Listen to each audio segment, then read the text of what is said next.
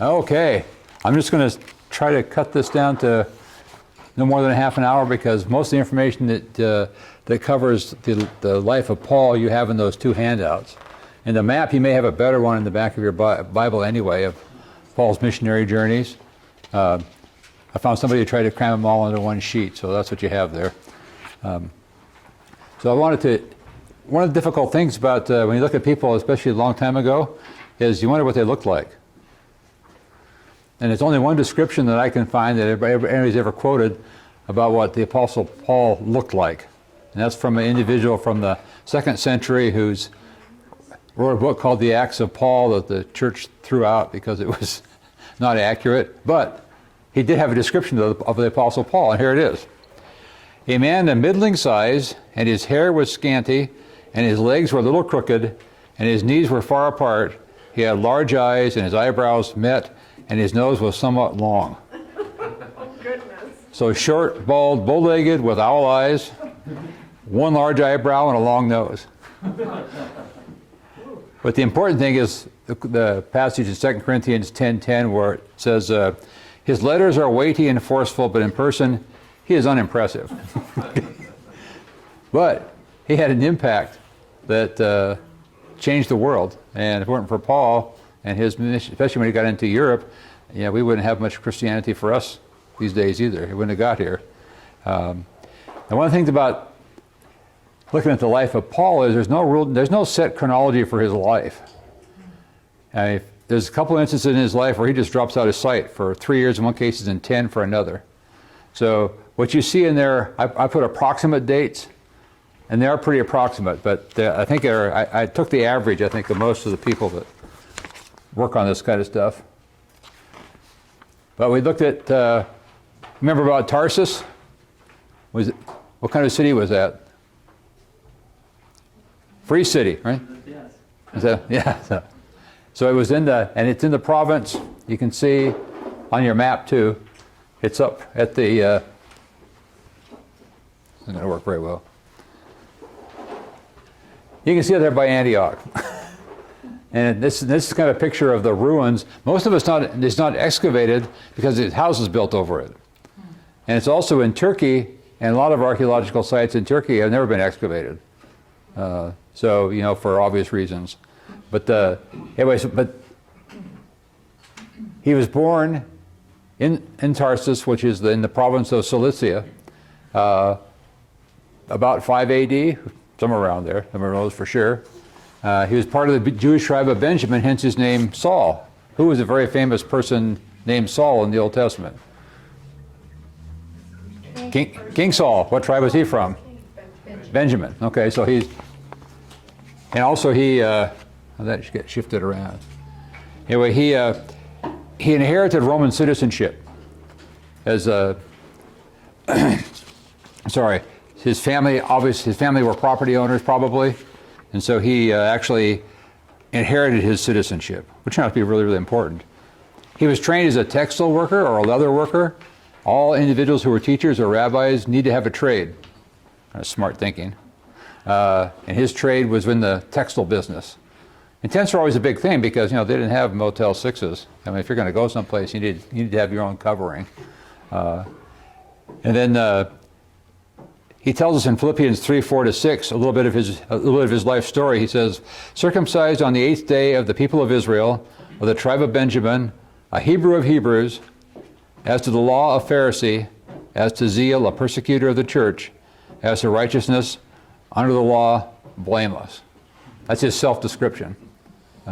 So he was a zealous young man, obviously pretty smart because he was able to be sent off to Jerusalem to study under one of the very famous rabbis at that time, Gamaliel, who was a member of the Sanhedrin.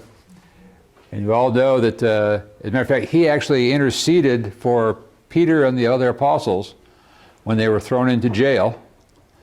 It was Gamaliel who went to the Sanhedrin and said, we had this problem before, and you know what happened? If you persecute these guys, and it was actually a work of God, we're in trouble. But if it's not a work of God, it's going to die on its own. So let's let them go, just a mere beating. Easy for us to say. But it was soon after that then he actually, after his training, he became a persecutor of the church. He was actually there, we're told in Acts. They laid the coats of the people who threw the stones at Stephen when he was killed at his feet. So he was there to approve of it, and he was also the keeper of all the cloaks. So he was instrumental in that, and then after that, immediately, we're told in Acts chapter 8 that he goes about arresting the Christians in Judea zealously, dragging them into prison or into trial, which were kind of peremptory things, and then thrown into jail or worse. So he was a persecutor of the church, which he reminds us of in some of his letters, that he was a great persecutor of the church, and so he really appreciated God's grace. So now we're moving up to about 33 AD. So now he's in his late 20s, probably. And he's walking to Damascus with a armful of arrest warrants to get a hold of Christians in Damascus and extradite them back to Jerusalem for trial. So on the way, he was not riding a horse, by the way. He was probably walking. But he heard a voice. And this voice knocked him over, and it rendered them blind. And the voice was, I'm Jesus whom you're persecuting. And so you all know the story where he was blinded until a man, Ananias, bravely responded to what the Lord told him to do and prayed over him, and then scales fell from his eyes. He's able to see again. He was also then he became convinced, really, Paul did, that Jesus is alive because he actually had a first-hand contact with him. So that's why he could say that he was an apostle, not one who followed Jesus for 30 years or 3 years, but one who was born out of due time. But he saw Jesus, and Jesus actually met with him and called him to special service. Because he told Ananias, the Lord told Ananias, Paul is my chosen instrument to carry my name before Gentiles and kings and children of Israel. I will show him how much he must suffer for the sake of my name.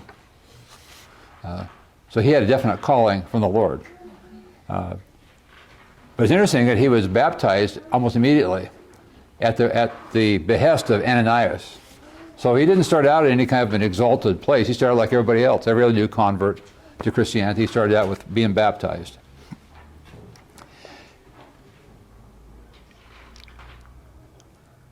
So his early ministry, he picks up immediately after being healed, and he begins preaching Jesus as the Messiah in Damascus with power. As a matter of fact, so much power that the Jews say, they got to get rid of this guy. So to escape being killed, his disciples, the other brothers that are there, followers of the way, which is what it was called at that point, actually lower him in a basket outside the walls of Damascus, and he escapes. But at this point, he ends up spending 3 years in Arabia, in the Desert Theological Seminary. Now, Arabia was a big area, and so it wasn't just all desert. I mean, there were towns out there, all the way from Petra north. So who knows what he was actually doing there. Obviously, he spent a lot of time in prayer and meditation, but there had to be some studying and some discipling going on, too. So it'd be interesting to find out who he actually spent that time with. He wasn't just in isolation. But remember that Jesus was sent out into the wilderness for 30 days, 40 days. He got sent out for 3 years. So he comes back and he wants to join in with the church in Jerusalem. They remember him. It's only been 3 years. And so they're a little reluctant. So this man named Barnabas vouches for him. Now Barnabas is not his real name. Barnabas means, you've ever seen bar, that means son of. So he's a son of encouragement. And he's always the encourager. He's always looking out for the little guy, the one who's kind of left out. But his actual name was Joseph, and he's from the island of Cyprus. And actually, he's from the tribe of Levi. So Barnabas vouches for him, which is okay for everybody else, and Paul immediately begins to proclaim Jesus very boldly. And his first dispute that he gets into really is with the Hellenists. Now, the Hellenists were Greek converts to Judaism. And the Hellenists were the ones who got together and stoned Stephen. So he goes from being the ally of the Hellenists to actually disputing with them, and they get a little irritated and they decide that he's next as far as the stoning part is concerned. But the brothers that are there in Jerusalem, they pick up on this and they escort him down to the seaport at Caesarea, and then they put him on a ship for Tarsus, back home. Now he spends probably, as near as I can figure, the next 10 years in Tarsus. When you read the book of Acts, you kind of get the idea that things are just going bang, bang, bang, bang, and it's just one thing right after another, just a matter of months or maybe a year or something apart. How far are we? At AD 47 from his conversion? Yeah, we're at 13 to 14 years after his conversion, and he hasn't preached to a Gentile yet, as far as we know, despite what he was called to. But he did go back and he preached and he taught in his home area, which obviously was a preparation for future ministry because Tarsus was predominantly a Gentile area. They had a large Jewish community there, but it was predominantly a Gentile area, and it was an interesting area because it was kind of a buffer between the western part of the empire and the eastern part of the empire. So there was influence from Syria and influence from Greece all coming together at Tarsus. So he had an interesting group to be able to preach to, which obviously was great training. And 2 Corinthians chapter 11, where Paul lists all the things that he went through, the sufferings and the beatings and so on, it's entirely possible that a number of those took place during this time, because if you try to fit all those into what we know of his ministry later on, that there's way more there that's actually covered in the book of Acts. So some of it may actually apply here.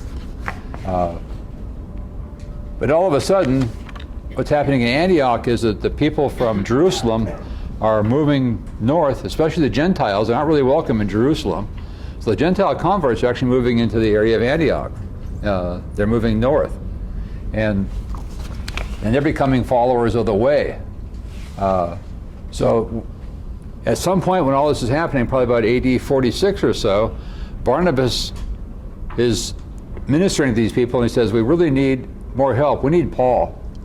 So Saul, I guess, still at this point. Anyway, so he goes to Tarsus and brings him back to Antioch, and they spend a period of time, probably a year or so, actually in ministering to the people, boldly preaching the gospel in Antioch.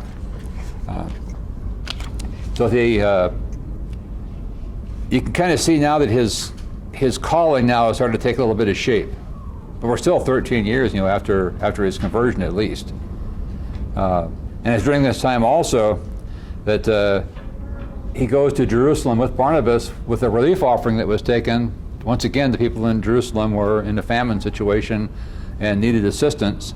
So they gathered up money from Damascus, Antioch, and they sent it down to Jerusalem, which now happens to be the second meeting that he has with Peter, which you might think that's very important, but it will. You get to the book of Galatians, about these meetings he has with Peter.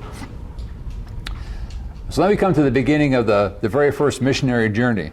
The church in Antioch, after he comes back to Antioch with John Mark as well as Barnabas. John Mark, his mother was the one that had the house where the disciples used to meet and the apostles used to meet for prayer. Matter of fact, when Peter was released from the prison, the woman at the door, Rhoda, that was in John Mark's house. So they were tied to the early church, the followers of the way, and so John Mark was actually drafted, one of the disciples, to go along with Barnabas. Once again, Barnabas bringing a new guy along.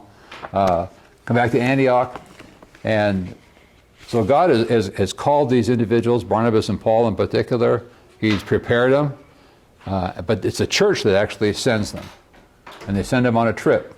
And they send them, you can see here, they go to the island of Cyprus, which was Barnabas' home area. They go across the island, then they take the ship to Perga, which is a seaport, and then from there they travel into what's the province of Galatia, the Roman province of Galatia, which covers actually a very, very large area. And I'm not going to go into all the fun things that they face there. You can see in that chapter or that chart there, I try to put in all the scripture cross references and where you can find some of this information, because most of it's in the book of Acts, but some's in the book of Galatians, where some of these things take place. So it's at this point that he begins to use his Roman name, Paul, rather than his Jewish name, which was Saul. He probably looks like he became the leader. All of a sudden you see it's no longer Barnabas and Saul, it's Saul and Barnabas. He becomes the leader pretty much on their, while they're in Cyprus. So that Paul's now the leader. And of course, remember they brought John Mark with them. He got as far as Perga and decided this wasn't for him. And so he went back home, back to Jerusalem. So and if you go into one of the first places they go is the Pisidian Antioch, to keep it separate from the Antioch over here in Syria. There it actually lays out, in chapter 13, I think in the book of Acts, it actually lays out how Paul early on approached the synagogue. You know, how they would come into the synagogue, the people that were there recognized them as being from out of town, and maybe knew they talked to them ahead of time and realized these people could actually help us out in our worship. So, and he preaches his sermon, which is a whole lot more than they expected. And as a result, some people are converted, some get very hostile, and he ends up going to the Gentiles in that Antioch town. And we see the same thing kind of following through. He runs into opposition, and sometimes the opposition just follows him up the valley, up the river valley where all these towns are located. And you know what happens at Lystra? They catch up with him and they stone him outside the city, but Paul miraculously gets up and walks back into the city. He doesn't go to the next town, he goes back up and walks back into town again, and not waits till the next morning before he leaves to go on to Derbe. So then he goes back through again like he always does. He's always he's thinking multiplication. So he's always trying to appoint leaders, individuals who could actually lead the church. He's not going to be there all that long. So he tries to put leaders in place and then build up those leaders as best he can. So he meets them all coming back again. And the first missionary journey ends up back again at Antioch. And once again, while he's recovering from his trip, he's also teaching again in Antioch. Really, I'm going kind of fast, but you've already got this information in front of you. Very famous, Acts chapter 15, a very famous time. The Jerusalem Council. Everything is coming to a head now. We've got the Jewish Christians, and we've got a whole lot of Gentile Christians. Peter's also has been confronted with the fact that the Gentiles can become Christians. And the church finally has to get together and face this head on, which they do. So Peter actually comes into this meeting with all the elders in the Jerusalem church, James, the brother of Jesus, and so on, and they discuss their experience. Peter discusses his experience with Cornelius. Paul and Barnabas discuss their experience going out and preaching, and so they finally decide that we need to recognize that God's doing a work among the Gentiles too. This is now the dividing wall, like Ephesians 2 talks about. The dividing wall has come down. And so they actually send them back out again, telling it to let everybody know that the Jews and the Gentiles are on equal footing. And so Paul and Barnabas go back and continue teaching back in Antioch. Now if you look on there, there's three possible dates, I think, for when the book of Galatians was written. I opt for 49. And the main reason why is because I think if I were writing a book like that, a letter like that, and they actually had the edict from the council in his hand, he could have gotten rid of a couple chapters. Maybe not quite that much. But he could have certainly shortened his argument by saying, hey, the leaders in Jerusalem say that we're here on equal footing. He gives a theological basis for it, but still, that would really bolster his argument with these people that are coming in and trying to set people trying to lead them astray. So but you can read other commentaries and they'll give you different dates. But that didn't turn out very well, did it? Second missionary journey. So now we're at 49 to 51, once again, leaving from Antioch. This is the time where John Mark decides he's going to come along again, and what's Paul say? Nope.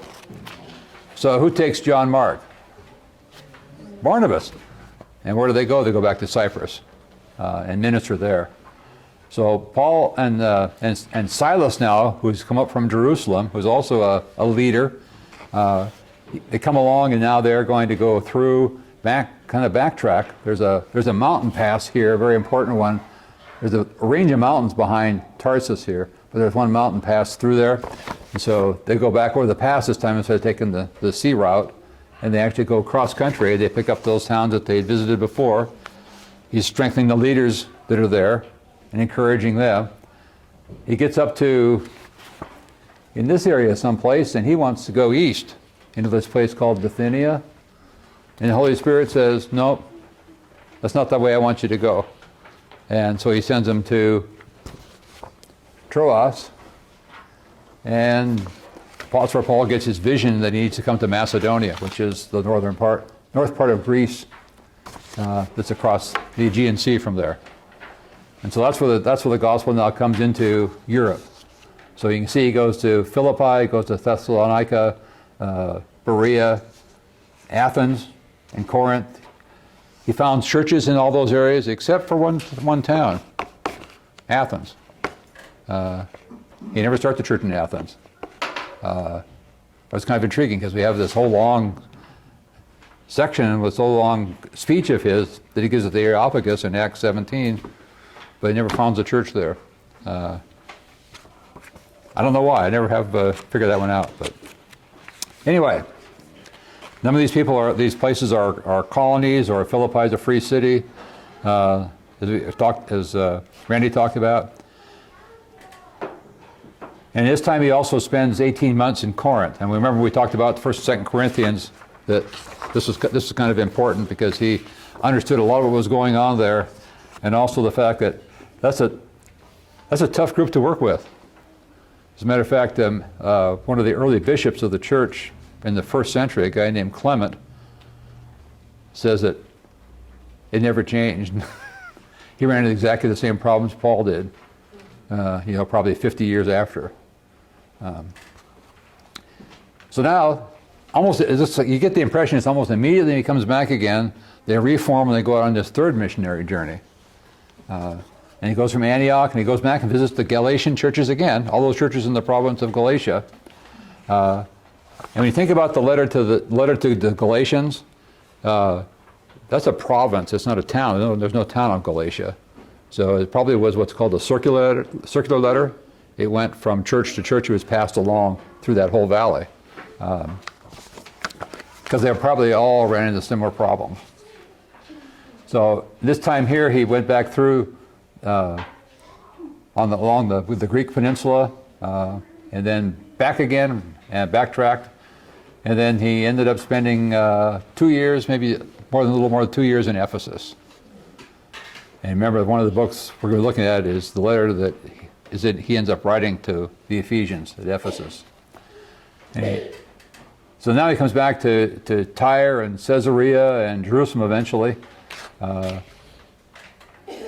And this is the time where he actually makes a vow, and he's going to the temple in Jerusalem. People are telling him along the way, you don't want to go to Jerusalem. I mean, prophets actually come to him, Agabus, and says, if you go there, you're going to be going to jail, or worse. And Paul says this, the Lord has indicated him he needs to go, so he goes straight ahead and does it. And of course, he ends up in jail.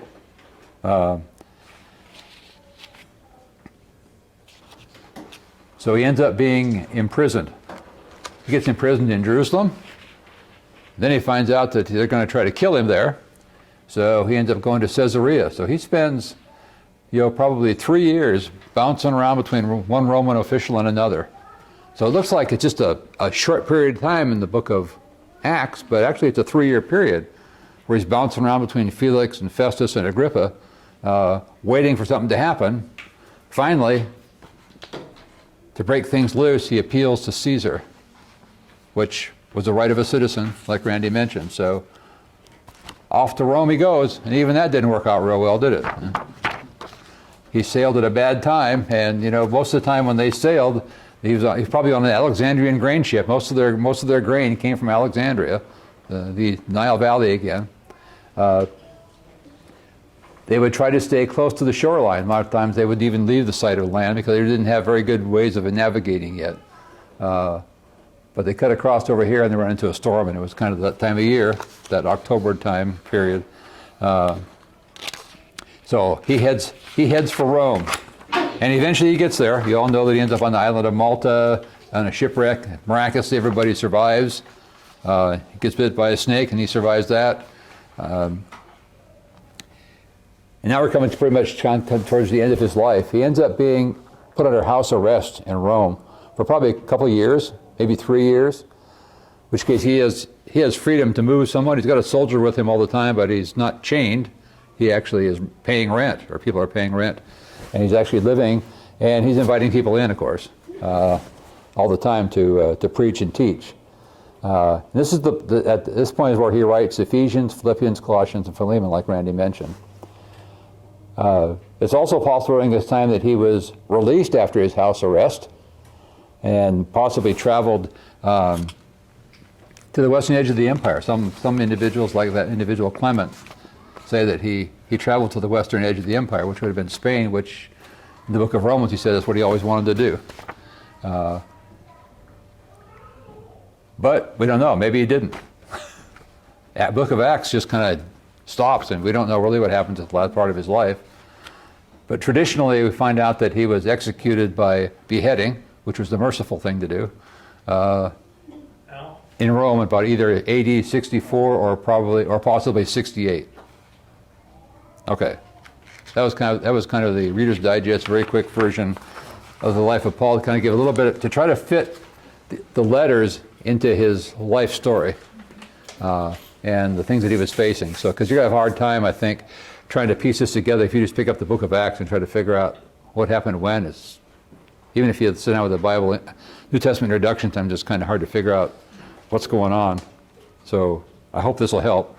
Any questions? Oh, I would just wonder where they